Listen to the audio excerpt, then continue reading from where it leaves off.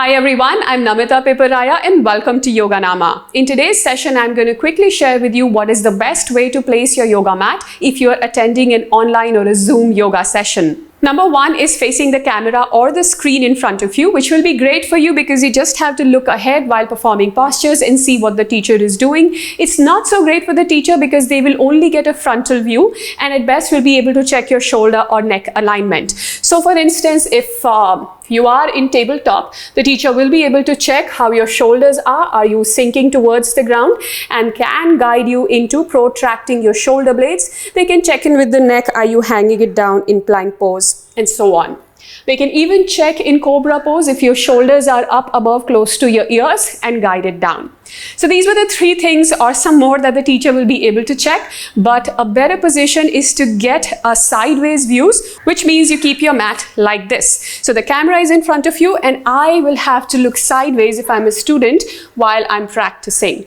So some pros and cons of this. The pros are that the teacher gets a much better view of your spinal alignment, your shoulders, your hips, and so on. But the challenge is that you're constantly turning your neck to look at the screen, which is not healthy in the long run. But what you can do is that make sure that if you are practicing facing one side of the mat, you also practice facing the other side of the mat. So you have to turn your neck the other way too in order to bring balance.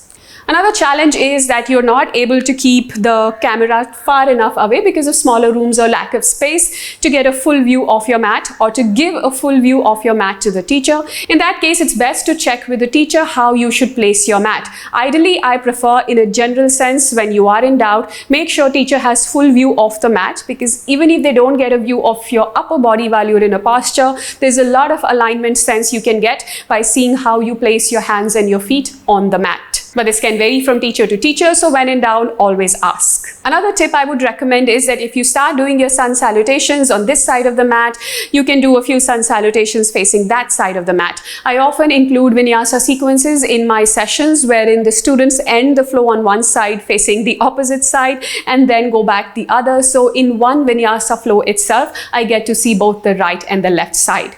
Lastly, there's another way that you can keep your mat, and that's diagonally. So this is another way and you can play around with it depending on the space that you have. What this does is this makes it a little bit more easier on the neck for you to look at the screen while you're into postures. It's not that much craning is involved. So even if I am sitting a little bit like this, I don't have to turn all the way to look. So it's a bit easier on the neck and the teacher still gets a nice full view of your postures when you're doing your practice. But as always, make sure you do both sides so you're not looking just towards the left or the right repeatedly every day in your yoga sessions with your teacher.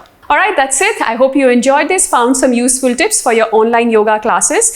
And if you have any tips, tricks or suggestions of your own, please do share in comments so everyone can benefit from it and have more productive online classes. Thank you so much for joining me today. I hope you have a great time and a great practice.